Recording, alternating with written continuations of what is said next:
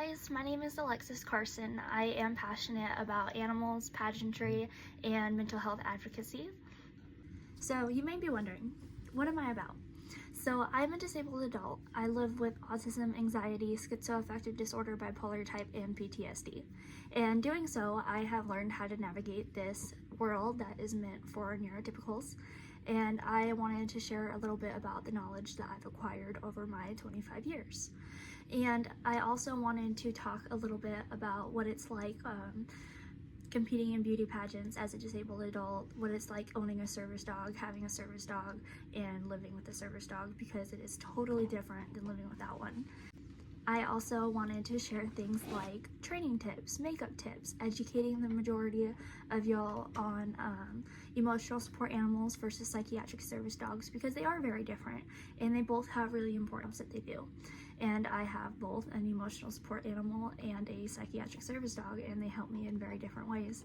And I don't think I'd be here today without either one of them.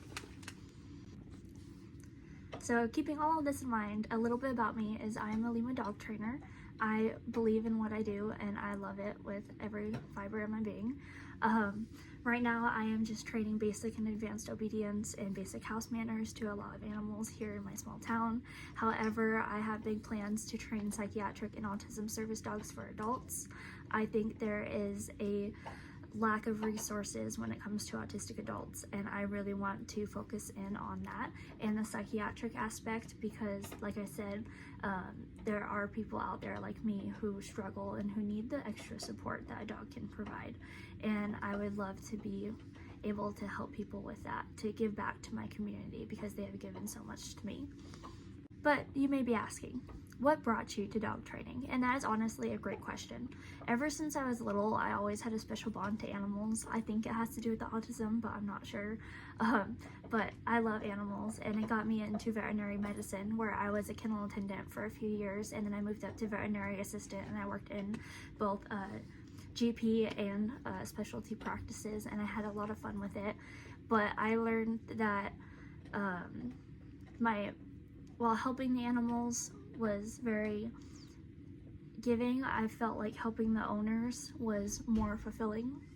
So I kind of transitioned away from the veterinary medicine aspect of things, and I got more into the dog training and training my dogs and wanting to train other people's dogs and wanting to give this bond that I have to other handlers and their dogs. And that's ultimately what I've set out to do.